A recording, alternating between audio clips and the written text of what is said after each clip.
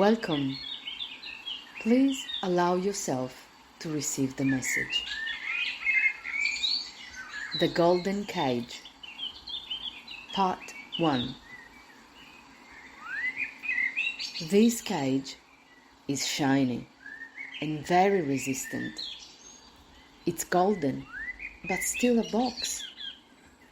We all have one. What does yours look like? I'll start by telling you what mine used to look like. Years ago, I presented a case study and thesis on modern forms of slavery. Those invisible chains that keep us in fear, in place, in comfort. You cannot see those chains, but they are very powerful in their limiting effect. Pretty much like our cages, they can feel safe, protective, taken care of. They might look like gold, our favorite mineral. You might start believing and convincing yourself that it is real gold. And you repeat how lucky you are, how blessed your cage is. Inside, outside, no matter what, we are caged. For some people, eggs are just eggs. For me, cage-free or free-range or farm eggs are very different. They look and they taste differently. They might look similar, but they definitely show the hen's lifestyle through the colors and consistency of the shells, the yolk, and the white. Just like our lives, it's a different result. A cage-free lifestyle taste is different from a compromised free-range or farm-fresh, but being similar, it will be hard to distinguish. Australia, you are my golden cage. You have been for a few years now. Somehow, I have attuned with your energy, heritage, and feelings. If only this land could talk. If only I could talk. There is so much about you, Australia, that people don't know, don't understand, don't hear, like about me. You're not just a pretty face, Australia. Like me, you have a soul, a beating heart, a conflict of identity, and a strong need to open that golden cage. Like me, you have deep roots. You were told to erase them and accept only the new, fascinating sprouts. Your memory has been put into a tiny cage, a bronze one. Like you, Australia, I am isolated. A need to be independent, to be seen, valued, and recognized fully for who I really am. Who are you, truly, my dear Australia? I have been looking at you, your inner conflicts, your makeup, your denial, your strength. We both have one foot ready to head into the future, standing in a caged present, with the other foot silently carrying an invisible load from the past. Australia, I see you. I feel you. I have aligned my journey down under with your true self, so I could deeply catch what it is going on, so they could understand deeply at my core your version of the story. I was living in Italy, the way I was taught by the people who raised me. I was speaking the language of my people and of my neighbors. I had a relationship with a guy from my own village. Our grandfathers were not enemies, neither were friends, due to an old disagreement about the town water supply. It happened many years before we were born. I always felt pulled into the world, and he needed to walk about to discover more. It didn't work between us, as he returned and stayed in the village. But my search for knowledge and truth gave me no choice but a life on wings. I experimented, I loved, I failed, I repeated mistakes, I learned, I evolved.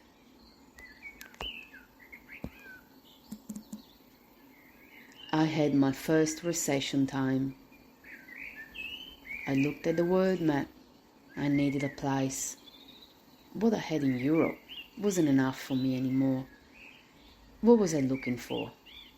I asked for help, which I rarely do.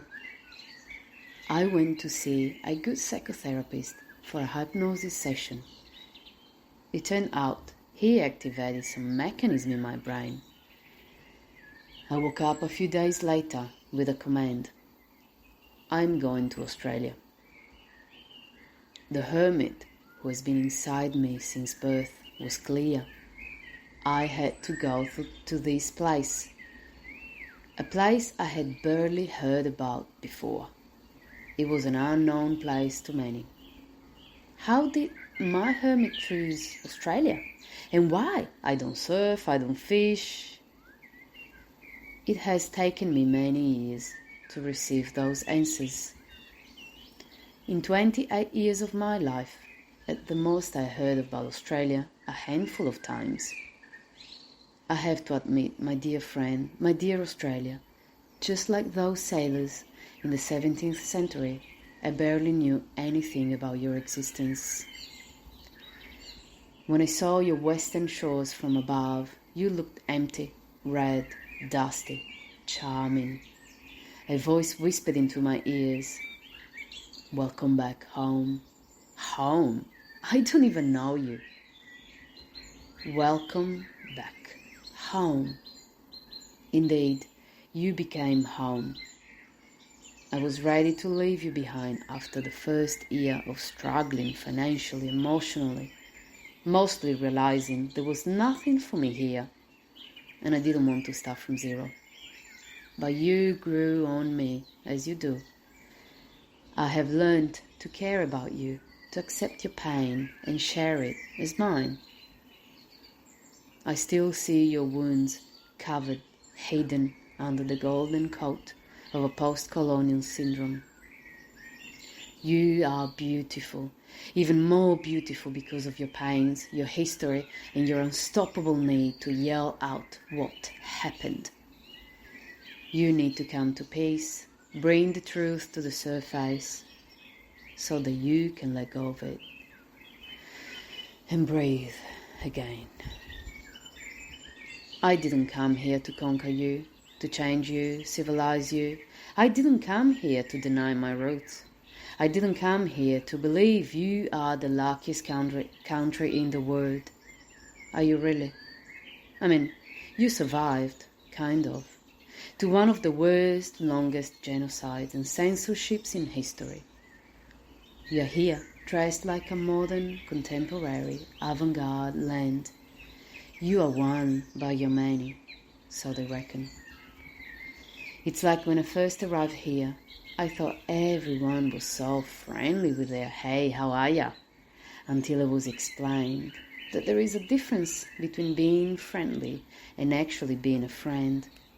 If things appear to be in a way, it doesn't mean they are actually in that way. It's just surface perceptions.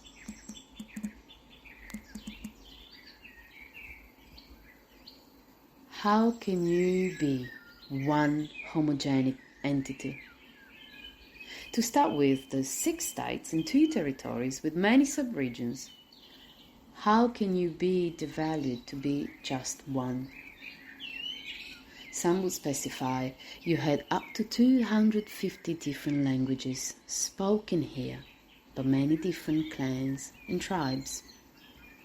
I went from not knowing your existence and discovering your land to summarizing you to one box, to actually understanding the variety and multiple differences inside of you.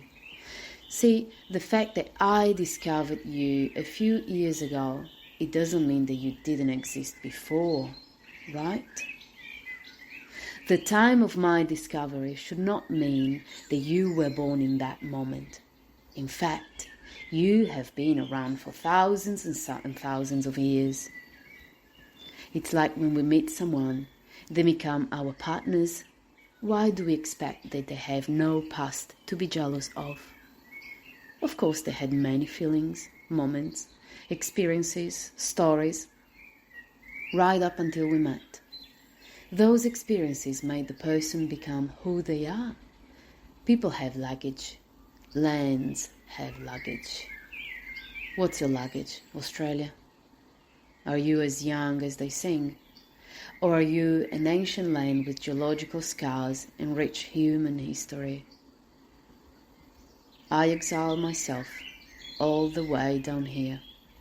The hermit took me as far as he could to protect myself, to build a safe distance from a toxic relationship. It was indeed time to move on and look for something better. I had heard a conversation over a beer about how easy and special life here is. Just go surfing, work till 5 p.m. max, and then go to the beach. It's the dream lifestyle. They don't work too hard. I wanted to evolve, to test myself and prove something. Shortly after arriving here, I had a physical shock. I reached a high temperature. Your summer sun was way too hot for my skin. Distanced from anyone who could help me, I started moving steps to simply survive. I often wondered how hard it had been for the first settlers who exiled themselves aware by the system. At least I had aircon buildings, food availability, aircon transport. Those people arrived here as unaware and uneducated as me about what it was really like. Maybe they also heard a few polished stories about the land of opportunities where anyone can be who they want to be, where you are truly free, where there's so much land, work availability, and you can build a better future. I wanted to make enough money to be able to send half of it to my parents, to give back to them after they paid for my education. They sustained me for most of my life. They had faced low economic challenges and had many family members migrating to work and feed the family. I was so naive. You watched me being so naive, Australia. During the first few months here, I was stripped. I was made vulnerable. I had to change my language. I struggled to communicate. Australian is different from English. Nobody cared about me, my stories, my people, my traditions, my culture, my beliefs. Nobody was interested in my studies, degrees and titles. Literally, the big C system did not recognize my titles. It wouldn't be beneficial. I get it now. All the other poppies didn't like me, telling them about my education and career. I became a child again, learning to speak again, learning to read people, learning the environment. What I was and I wasn't allowed to do. Freedom felt like an illusion. The idea of a better life moved further in the future. I became a backpacker, even if I was carrying suitcases. Just like you, Australia, I became labelled. You have been bleached. Then you have been deprived from mourning your true colours.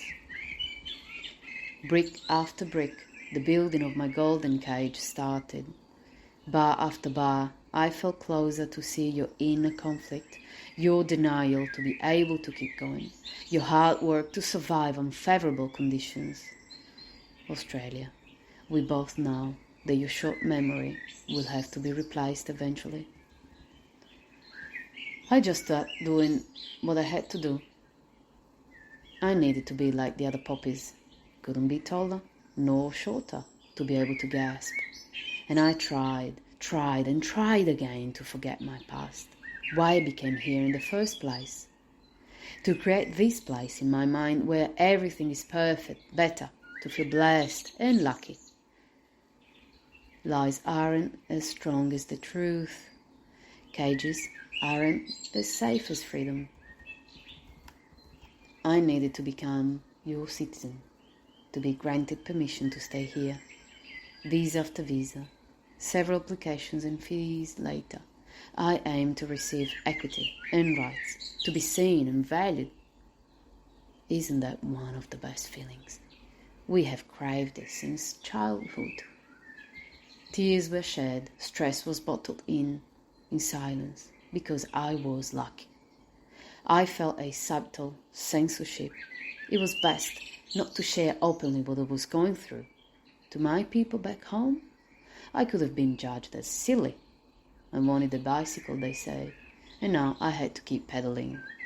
To the people here, I was an outsider, lucky to be let in the first place. See, their hard life had toughened up so much that they expected and accepted that everyone else had to struggle. I was willing so much to become part of the locals, that I stayed away from my own kind. Have you ever felt betrayed, Australia? Have you ever seen your people turning their back on you because of fear or an illusion? I bet you have. Don't beat yourself up, my dear friends. The Latins used to say, errare humanum est, meaning to err is human. But they also said that to persist in the mistake is diabolical. In part, you and I are still witnessing the perseverance in some human mistakes. It's a unique and interesting melting pot. You welcome many different people. You give the broader message that you like taking care of others, simply because it heals that part of you that needs others to take care of you. So here we are. You called me. You attracted a whole new kind of people. You came suddenly in a dream. You gave us the idea that you would give us a better life, a better future, that we could forget traumas, leave behind and lock the pain away, because in reality you needed us to heal those parts in you. When I was becoming a mother myself, I started to clearly feel your open wound. Even before I could see it and understanding, I could feel it. Your land wants to be freed up from the big lie that polishes everything. There is no shame, just an automatic and inherited behavior from many sides. We have inherited the consequences of other generations' choices from all sides. The truth sits in between, always. As a mother, it has become my responsibility to deal with the intergenerational past so that it could heal and stop with me. It wouldn't be fair to give it to my daughter. I recently had another hypnosis session. I needed to access a deeper level of subconsciousness because I was triggered and I didn't like it anymore. Some memories stuck in my body cells would react strongly. Those memories were also a cage, an old one that was given to me, but it didn't really have to belong to me. A part of me was willing to heal, evolve, acknowledge my true identity so I could be happier, feel lighter. The other part of me had a different way to try and keep me happier. It was based on my genealogical response. My ancestors had gone through events that convinced them on how they should have kept me safe moving forward. The same goal, two different approaches, one big conflict. I came here as a stranger to you, Australia, and to myself. I know why you stripped me and took away many veils, one after the other. Australia, you pushed many buttons. You put me on a path of healing myself, of surrendering to who I really am, my life purpose, and stop living in denial. I had no idea that morning when I woke up with the crazy idea to go to Australia. I was unknown to myself as much as you were unknown to me. I was unaware of your history as much as I wasn't fully conscious of how mine was influencing my daily choices. You brought me to you. You gave me homeworks. You made me sweat and gave me an uneasy training. I am ready now. Are you?